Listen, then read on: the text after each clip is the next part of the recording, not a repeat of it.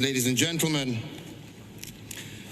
a key priority during Kenya's tenure at the United Nations Security Council is to amplify the voice of Africa and the Global South in building a compelling case for the nexus between climate change and security.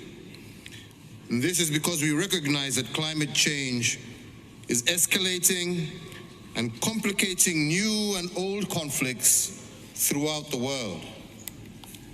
The evidence, ladies and gentlemen, is irrefutable. All the reports, including the most recent Intergovernmental Panel on Climate Change, sounded an alarm bell that the world risks facing a global catastrophe unless leaders shift gear on climate change. We need to urgently implement bold mitigation and adaptation measures to avert the looming crisis. It is the least that we can do to bequeath a peaceful and sustainable planet to future generations. Climate change poses an existential threat to Kenya and to most countries in the African continent.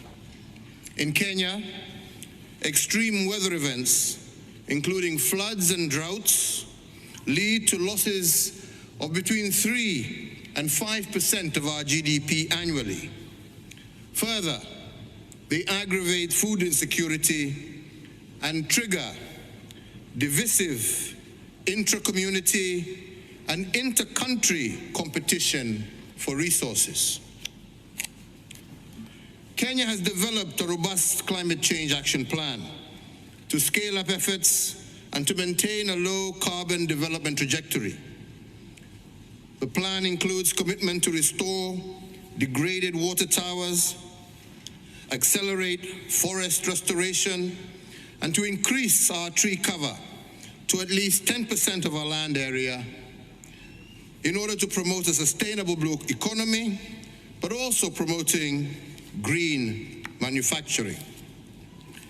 Indeed, as many of you know, Kenya is a pace setter in the energy sector.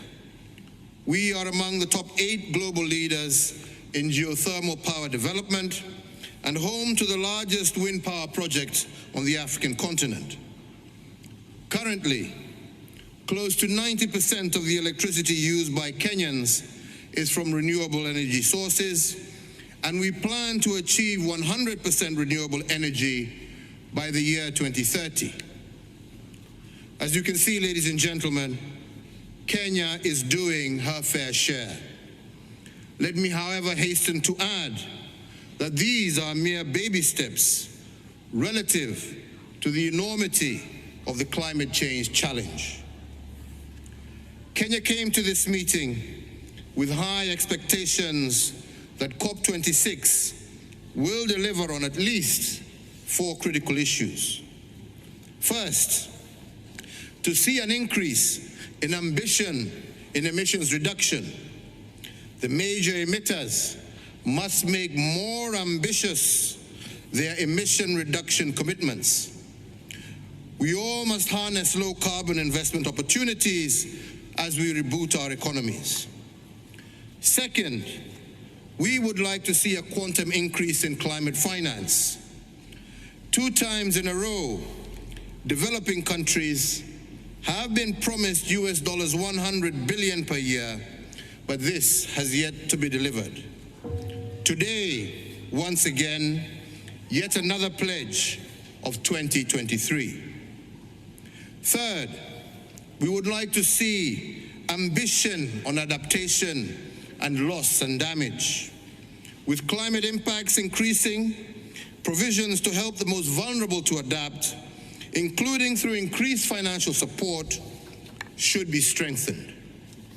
Finally, we expect that detailed rules and procedures for implementing the Paris Agreement will be finalized, and a clear way forward for climate resilient pathways set.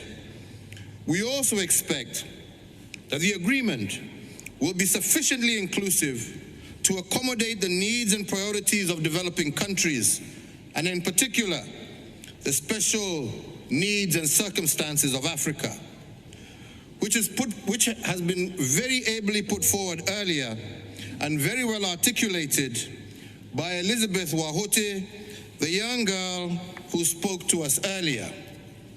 Indeed, the findings of the international scientific community, including the recent report on the Intergovernmental Panel on Climate Change, on the physical science and basis of climate change, underscore the special needs and circumstances of Africa, contribute to the vulnerability and the low adaptive capacity of African countries to climate change.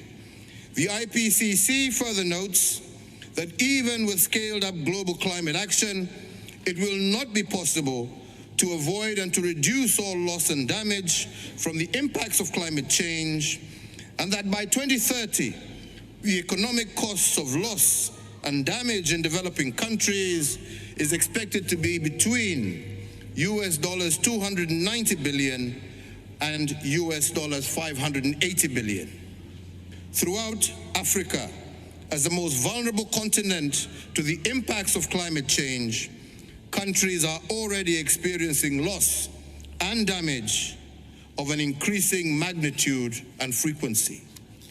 We are therefore deeply concerned to hear that yesterday, during the adoption of the agenda for this conference, the item on the special needs and circumstances of Africa was yet again not adopted.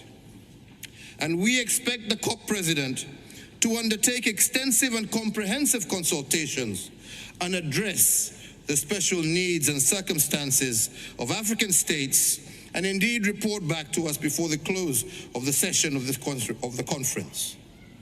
In conclusion, ladies and gentlemen, our own Kenyan Eliud Kipchoge, the greatest marathoner of all time and our climate champion, and who will be attending this conference, has demonstrated to us that in a race against time, no human is limited.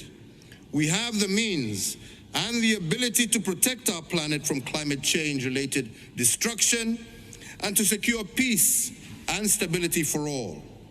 What we need now is to recognize that we are in a race against time, and we need unanimity of purpose. We need boldness and unwavering political commitment to achieve the 1.5-degree pathway. I thank you for your attention. Thank you, Your Excellency.